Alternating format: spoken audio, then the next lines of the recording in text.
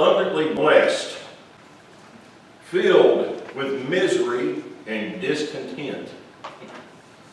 If we were able to look deep into their personal lives, we'd most likely see something that we would consider disturbing. We would likely find someone who is anxious, suspicious of many, and worried all the time over what they have accumulated and how it may absolutely slip through their fingers. We would probably call this person paranoid or a little touched, as my grandmother would say, a little taiched in the hay.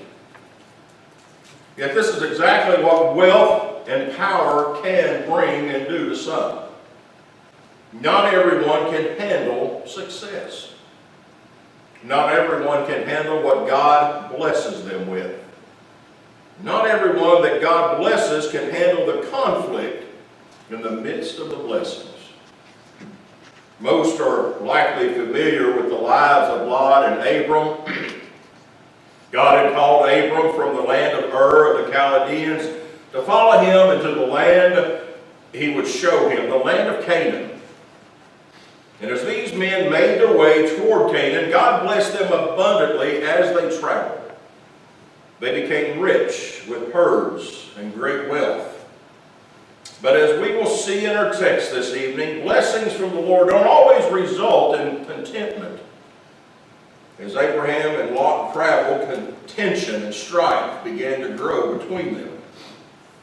These men were blessed beyond measure, and yet there was trouble brewing on their horizon.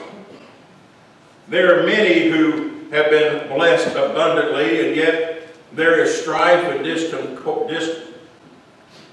discord, conflicts with others that come out of nowhere and blindside us. The perfect life we crave may not actually come with perfect results or the results that we desire. We are a blessed people, but yet we have troubles. I would be willing to say there's not a single person in this room tonight who hasn't been able to count their blessings, but at the same time sit down and take a piece of paper and a pen or a pencil and write out your troubles as well to go right along with those blessings. Abraham was a man who was quick to recognize his problems, and he dealt with it in a way that pleased the Lord. If we are to achieve all that God desires of us and make the most of the blessings we have received, we must learn the lessons that are revealed in the passage of Scripture here tonight. We must learn to deal with the conflicts and the adversities we face. And I want us to consider the thought that we can face the conflicts in the midst of the blessings. With that being said, if you can, please stand with me in the reading of God's holy word out of the book of Genesis, chapter 13. As I said, we are going to read together verses 8 and 9, and then we're going to jump straight over to verse 14 and read through till 8 to 18. God's word speaks to us tonight and says, So Abram said to Lot, Please let there be no strife between you and me, nor between my herdsmen and your herdsmen, for we are brothers. Is not the whole land before you? Please separate from me. If to the left, then I will go to the right, or if to the right, then I will go to the left. Verse 14. The Lord said to Abram, after Lot had separated from him, Now lift up your eyes and look from the place where you are, northward and southward and eastward and westward. For all the land which you see, I will give it to you and your descendants forever. And I will make your descendants as the dust of the earth, so that if anyone can number the dust of the earth, then your descendants can also be numbered. Arise, walk about the land through its length and breadth, for I will give it to you. Then Abram moved his tent and came and dwelt by the oaks of Mamre, which are in Hebron. And there he built an altar to the Lord. Like most crises, this was one that slowly built up over a period of time. What Abram and Lot faced did not just spring up overnight, and normally conflicts do not just happen overnight. There's usually a simmering point that gradually grows into a boil. And if anyone, and I'm sure most in here have ever put a pot on the stove and filled it with a liquid of some sort, whether it just be plain water or soup or a stew or whatever, but if you put it on the stove and you turned the flame on underneath it and you walked away from it and you left it alone thinking everything was going to be fine, only to come back and find it boiling up out of the pot and all over the stove, then may I get a witness, it makes a mess. Amen? Matter of fact, it usually makes a mess to the point where we're scrubbing and scrubbing for weeks on end trying to get that mess cleaned up. So if you've ever done that, you know that as we put things on to simmer, they can quickly come to a boil. So let's consider what was happening with Abram and Lot and why conflict was just over the horizon for these two families. We are told in verse 2, now Abram was very rich in livestock, in silver and in gold. God had blessed Abraham. He had herds. He had men working under him. He had silver and gold. And if you know anything in the Old Testament day, silver was worth more than gold. Silver was more of a monetary unit in that day than gold was. So he had much silver and much gold. And then we see in verses 5 and 6 about Lot. Now Lot, who went with Abram, also had flocks and herds and tents, and the land could not sustain them while dwelling together, for their possessions were so great that they were not able to remain together. Both of these men had been greatly blessed by God. The crisis was building over resources for their herds, and the land could not support both camps. This led to a conflict concerning whose cattle would graze where and which herds were allowed to water first and or at which well. This began to create a major problem. I don't know about you, but it's like, why is it that normally a lot of conflict usually comes out of family? I mean, I'm sure most of us in here know a story that we could tell about somebody in our family that either has just gotten so deep underneath our skin that we can't stand to even listen to them anymore, or don't want to be around them, or we've all got that Uncle Jimmy, I'm just using the name, brother, Uncle Jimmy or somebody that shows up at Thanksgiving that we just wish didn't show up. And matter of fact, who invited him? How did he even find out we were having a meal? You know, I'm sure most of us have somebody as a conflict in our family that we just would like for them to go away. But see, that's not Abraham here. He loved Lot. He wanted the best for Lot. Lot's the one who began to think, you know what, we can't both be in the same camp together. And I know that we are a small congregation even here, and at times it seems our resources might be limited. But please remember, we serve a God that is not bankrupt. He is more than able to meet the needs of this church, and just need to have faith to follow him, believing that he will supply everything that is needed. I bring that up, and it's not because of this church in any form or fashion. But you know, there's a lot of churches that get into a lot of conflicts within their camp because somebody decides to do a project. And they want to do a ministry project or something, and the rest of the church doesn't agree with it, or they decide that it's not important enough to be a ministry. And I tell you what, all of a sudden everything just goes helter-skelter. The whole church is in an uproar. The whole church is, we can't afford it. There's no way we can do it. Well, you know what? This goes across the board with all churches. That's right. We can't afford it, but God can. And we need to remember that. We don't have that problem wrong here. I'm not talking about this church. I'm not in any way. But I'm telling you, there are many churches that get into conflicts within their own camp because somebody who controls the purse string says, you know what? We can't afford to do that. Well, guess what? The money doesn't belong to you. It belongs to God. God has blessed us. And He is expanding our ministry. We cannot assume that only our desires are worthy of God's blessings either. It's all about Him, and if it's not, it should be. And if it glorifies and magnifies God and His kingdom, then it should be considered a ministry and worthy of our attention. But as I said, sometimes success breeds conflict. It wasn't long before Abram's men and Lot's men began to fight over the land and the rights of their masters.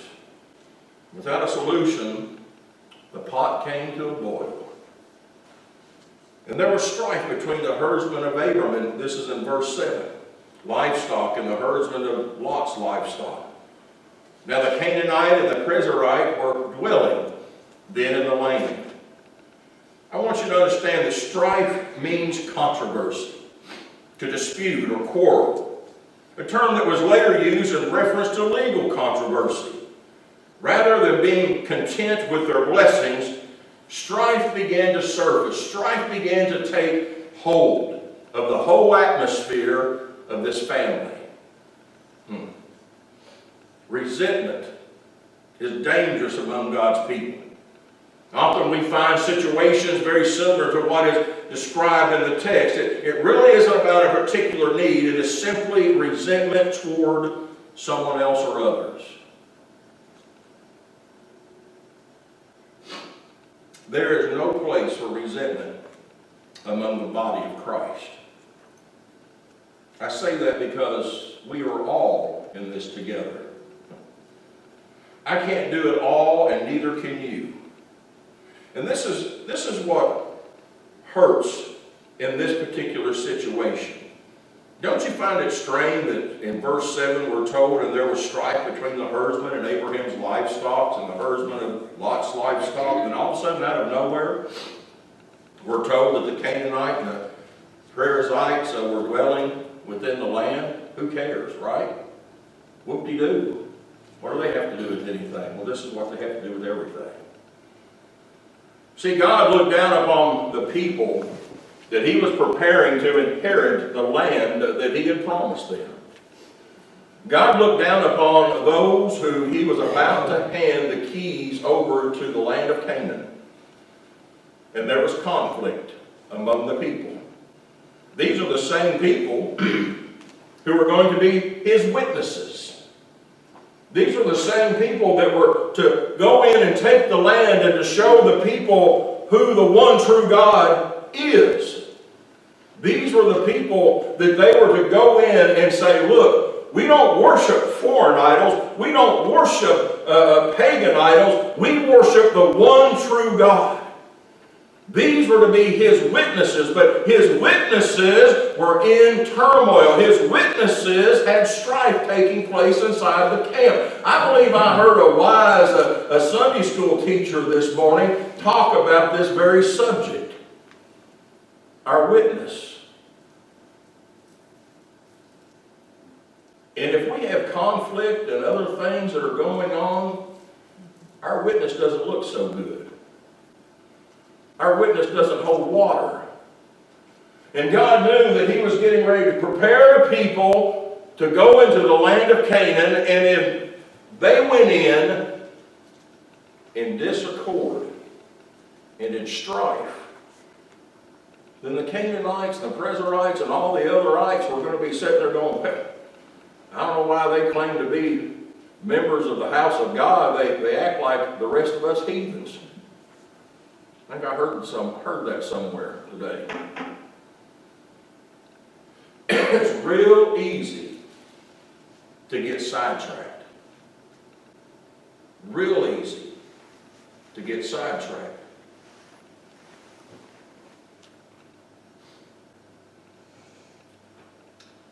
Service unto the Lord is not a competition.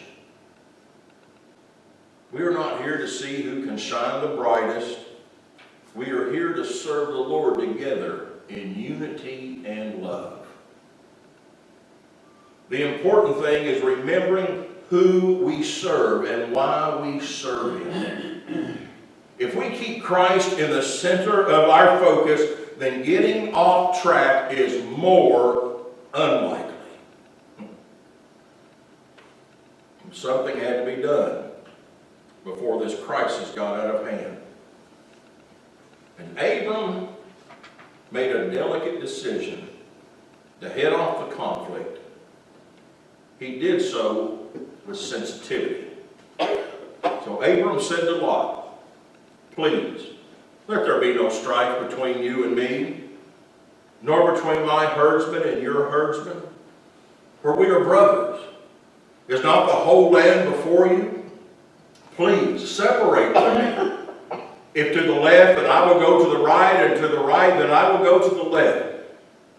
Abram realized there was a problem, but he wanted to seek a resolution. Can you not imagine those who were the head of his men, who were out in the field day after day checking on these men, making sure that the herds were being tended, making sure that the borders were being protected, making sure that everyone was doing their job. Can you not imagine that these are the men that were coming back into Abraham every night, every afternoon, every day, every morning and saying, "Look, we got to do something about this Lot.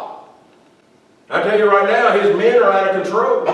We got to make a decision here, Mr. Abraham. We got to put our foot down. We got to make an example. We got to." Can you imagine all the advice that these men were piling up on Abraham, trying to get him to go the way of the world? And instead of going the way of the world, Abraham stepped back and he said, "You know what? I'm going to be the bigger man in this picture. I'm going to go to my brother Lot, my nephew Lot, and I'm going to say, Lot, you choose. You make the choice. And whatever choice you make, I will be satisfied with." I don't know about you, but I would probably not let it go that easy.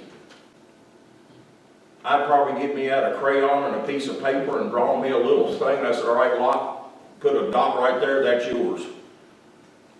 Now get away from me." Not Abraham.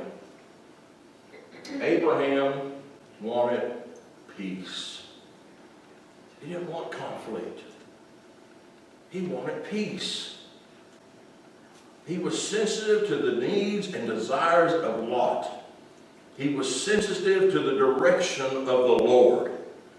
And learning to recognize conflict is a sign of maturity. However, recognizing conflict and willingly desire to avoid strife before it turns into something ugly and before it makes the pot boil to the point of spilling over and making a mess, that is a sign of spiritual maturity.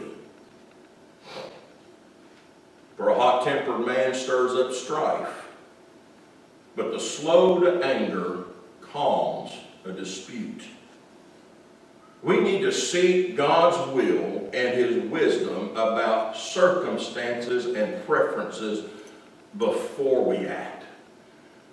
And I heard a very wise Christian, a very wise teacher this morning who admitted to his Sunday school class that he's been attempting to make that happen in his life now for years. It's a work in progress.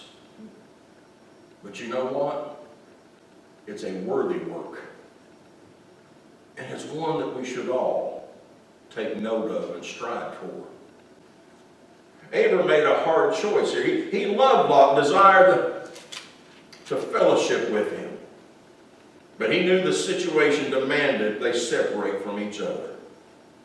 Listen, there are times when the things and people we love the most, we must learn to separate from.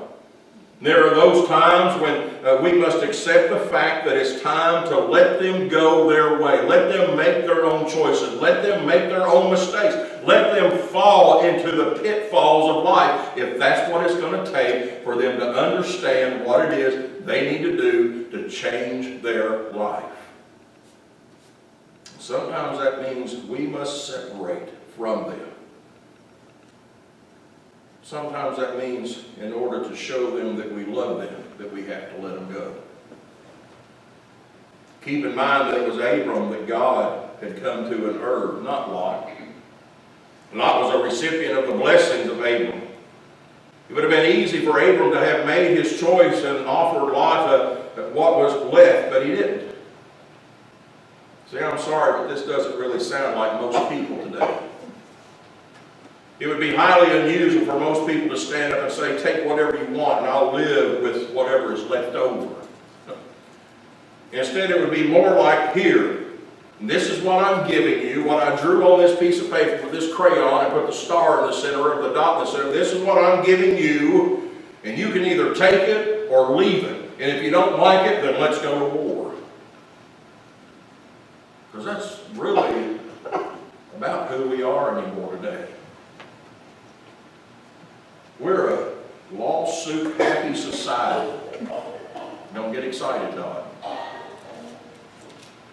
But we are. You know why I say that? You know, we have churches that are suing pastors and pastors that are suing churches. Pastors who are saying, you know what, when I came here, you all promised me this amount of money, and now you're asking me to leave, or there's a circumstance that's come up that I must leave, I can no longer stay here, and because I can no longer stay here, because you no longer want me here, I feel like it's only fair that you pay me out what you owe me. You know what, if you all ever get to the point where you don't want me here anymore, and I pray God will make that clear to me, then I will step away from here, and guess what, I'm not going to sue you for what you owe me. I'm not going to come back and say, you know why? Because I believe I'm in a church that is fair and understanding. I'm not worried about it. But I tell you what, I have a friend who just recently left the church. And he told me himself he was afraid he was going to have to go get a lawyer and sue the church to get what he needed. And was due him. Not needed, due him. I don't know about you all, but my Bible says Christian ought to be suing Christian. That ought not be. But we live in a lawsuit happy society. But Abram allowed Lot to have first choice of the land. He told Lot to choose, and he would be satisfied with what remained. He wanted to avoid conflict with the person he loved. Is that not a tremendous lesson for all of us in that? We live in a me-centered society. And most of us are determined to have our way regardless, no matter who gets hurt in the process. And Christian, that ought not to be our witness. That ought not to be who people see us as. What happened to serving others? What happened to a desire to see others grow and prosper, even if it came at a price to ourselves? We need to get to the place that we realize we are here to please the Lord and serve Him, not to satisfy ourselves.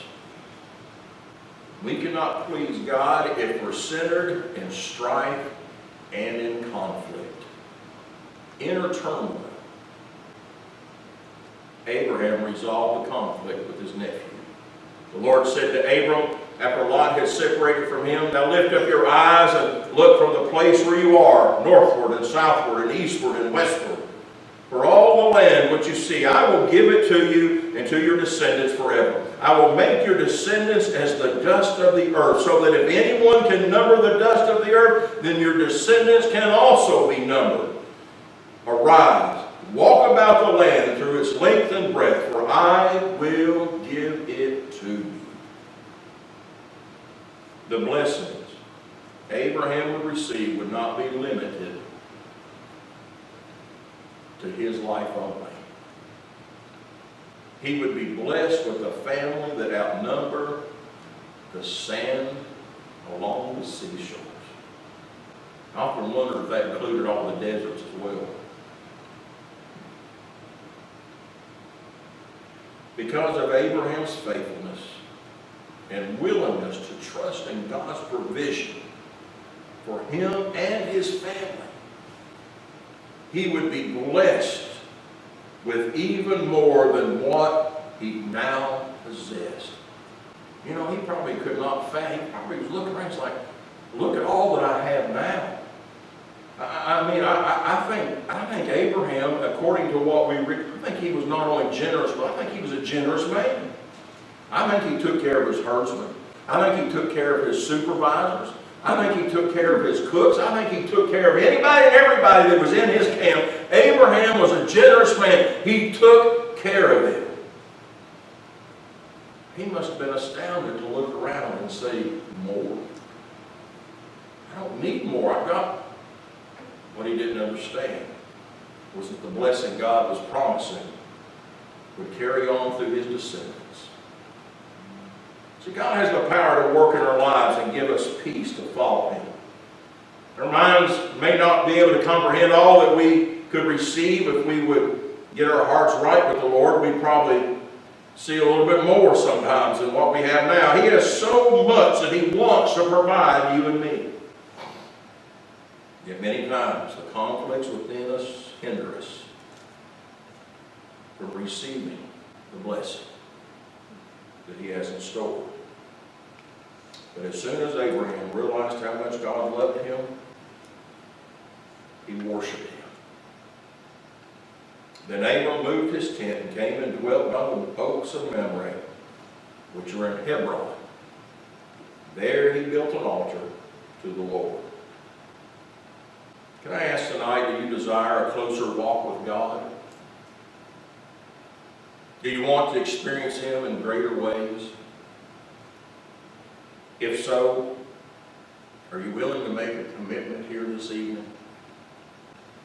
Are you willing to give of yourself for the cause of Christ? Are you willing to be unselfish with your love?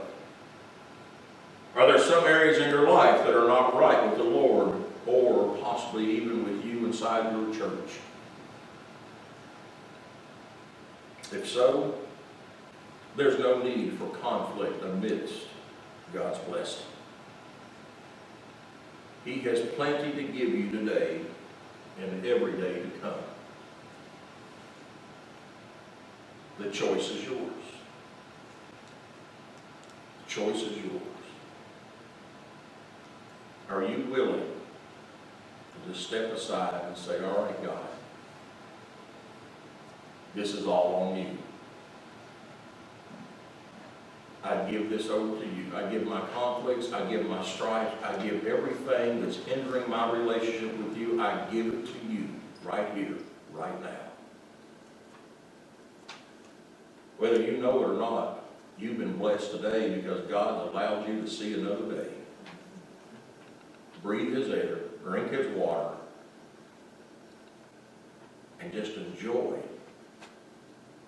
life, your family, friends, church. There's more that awaits you, though, and that comes through his Son, Jesus Christ. Do you know him? The ultimate blessing is awaiting for those who have yet not received him.